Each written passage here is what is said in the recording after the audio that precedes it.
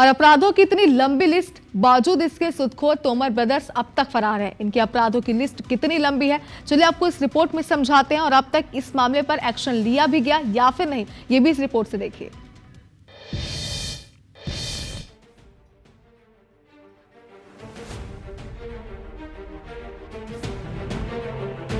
ये है सूदखोर तोमर ब्रदर्स, जिनका अपराध अंडे के ठेले से शुरू हुआ था, जिसके बाद इनके अपराध बढ़ते ही चले गए। दोनों ने इतने अपराध किए कि आप गिन गिन कर थक जाएंगे, लेकिन इनके अपराध खत्म नहीं होंगे। सूदखोर तोमर ब्रदर्स के अब तक आपराधिक रिकॉर्ड की बात करें तो बड़े भाई वीरेंद्र उर्फ रूबी तोमर के खिलाफ 12 संगीन धाराओं में एफआईआर दर्ज है। वीरेंद्र तोमर के अपराधों की लंबी फहरिस्त है। इसके खिलाफ पहला मामला 27 जून 2006 को दर्ज हुआ था, जब इसने एक शख्स बाल किशन अग्रवाल पर तलवार से हमला किया था। साल 2013 में वीरेंद्र तोमर के खिलाफ एक और एफआईआर दर्ज हुई, जिसमें फर्नीचर कारोबारी से जबरन सामान ले जाने और विरोध करने पर कारोबारी को गोली मारकर हत्या का केस है। 8 जून 2016 को वीरेंद्र तोमर ने पुरानी बस्ती के युवक से मारपीट की थी, जिस पर मारपीट और जान से मारने की धमकी का केस दर्ज है। वहीं 40 वर्षीय महिला को घर में बुलाकर मारपीट का मामला भी दर्ज है। साल 2018 में वीरेंद्र तोमर ने सदर बाजार निवासी एक युवक को ब्लैकमेल कर जान से मारने की धमकी दी थी। मामले में वीरेंद्र को जेल भेजा गया था। इस साल वीरेंद्र तोमर पर लोगों से वसूली के भी कई केस दर्ज थे। वहीं 13 जुलाई 2024 को इस पर वसूली का केस पुरानी बस्ती थाने में दर्ज हुआ था। इसके अलावा भी कई मामले दर्ज हुए। बड़े मियाँ तो बड़े मियाँ, छोटे मियाँ के अपराधों की लिस्ट भी कुछ कम लंबी नहीं है। वीरेंद्र तोमर के छोटे भाई रोहित तोमर के खिलाफ भी अलग अलग मामलों में 11 एफआईआर दर्ज है।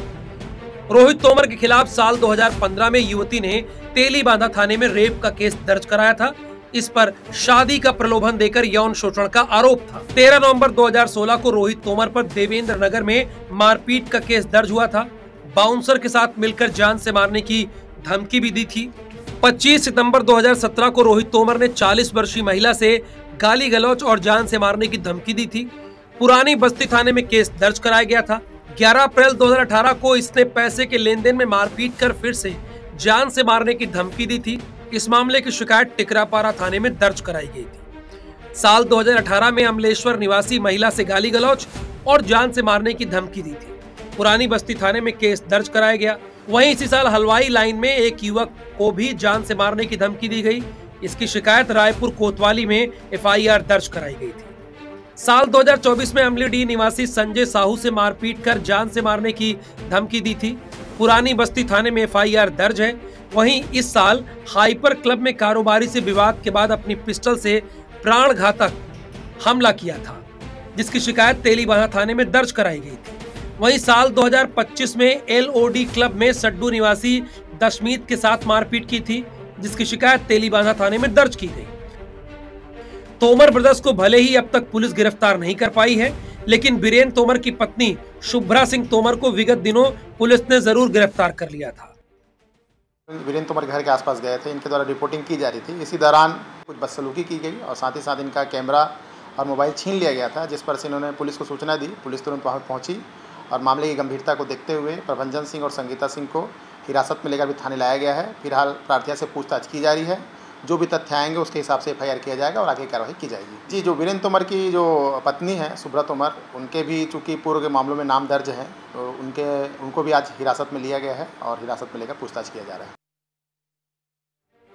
बहरहाल सूदखोर तोमर ब्रदर्स की तलाश पुलिस कर रही है। तहसीन जैदी, IBC 24।